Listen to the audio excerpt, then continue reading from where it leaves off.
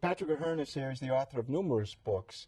But what we're talking about today is Courtship of the Saints, how the saints met their spouses. Patrick, how are you doing today? Doing well. It's an honor to be here. Well, we're glad you are, all the way from North Carolina, where it's pretty nice down there right now. So courtship isn't a term you hear too much nowadays, but it's very important in developing a relationship. Why is courtship so important? Yeah, in courtship, it stretches all the way back to biblical times, to the life of Joseph and Mary, and it's so important because as we see, in our culture, with divorces are skyrocketing, and I really think that courtship is the answer, one of the solutions to that problem, and it's really where a man and a woman, they become intentional, and everything they do in their whole courting process is to see if someone is virtuous and to get their spouse to heaven. So it's this intentional discernment. As Bishop knows, you go through many years becoming a priest and nuns. It's 10 years, and for marriage we have it pretty easy.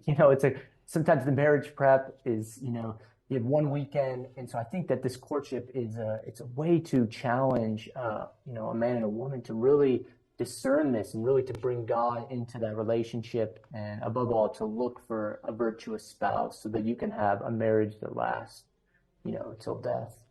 Patrick, why is it that you would consider these people who are striving for holiness, saints in the making, who have come together in the sacrament of marriage, why would you consider them to be the greatest lovers of all? I would, because they love God above everything. As we know, our spouse, no matter how great they are, they can never fulfill us. And so the saints always look to Christ. Christ was that foundation. And because they love God so much, I always say the more you love the Eucharist, right, the more you can love your spouse. So that's why I consider them, the greatest lovers, because they love God more than their spouse. Is there a story, Patrick, that resonates with you, one that really stuck out to you? I have a great love for St. Teresa's parents, Louis and Zélie Martin, and I spent a few years discerning my vocation in a Benedictine monastery, and both of them wanted to join religious life, but God eventually, because of health issues, and Louis didn't know Latin that well, they ended up being called to marriage. And so it's just a lesson for all those people out there that, especially young people, that are discerning, trying to figure out, what does God want in my life? And God's ways, sometimes it's not always a straight path, but the fact that when we're seeking Him, He wants the best for us, and He fulfills our desires in the end. So I think their example of the openness to religious life, and then eventually God calling them to marriage, really, really struck me. So I'm guessing that you don't see necessarily a conflict next week, the fact that Valentine's Day is the same as Ash Wednesday. That's not a conflict for you, is it? I don't. Every love, it stems from Christ. So, obviously the greatest love that is out there is Jesus. Jesus on the cross. So if anything, it's a reminder to us, especially those people. I know Valentine's Day can be difficult for single people. We often forget about them in the church. And that's why I wrote this book, one of the reasons, to give them hope, that to pray for their vocation. But I do think until we can find that happiness and that joy with Christ as single, then, if we can't experience that now, then in our marriage, you're never going to have it, because someday your spouse may die. So it's kind of, you go through a single phase, you're married, and then sadly, God, there's widows, widowers. And so it's this element of letting God be all in all of our relationships.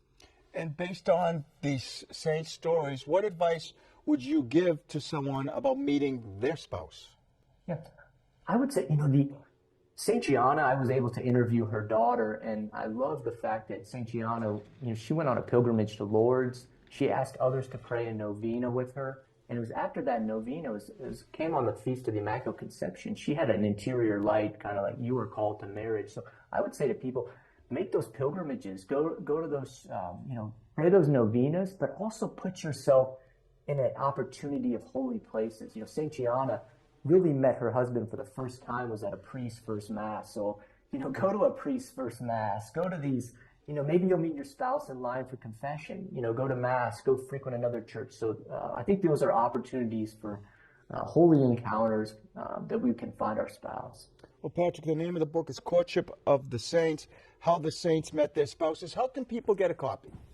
Yeah, the book is available at Tan Books. It's currently on back order. You can, so the first round of stock sold out, but if you want an immediate copy, if you want to wait till the end of March, you can go to Amazon and get a copy. So Tan Books and Amazon. We love books that are on back order. That's a good sign.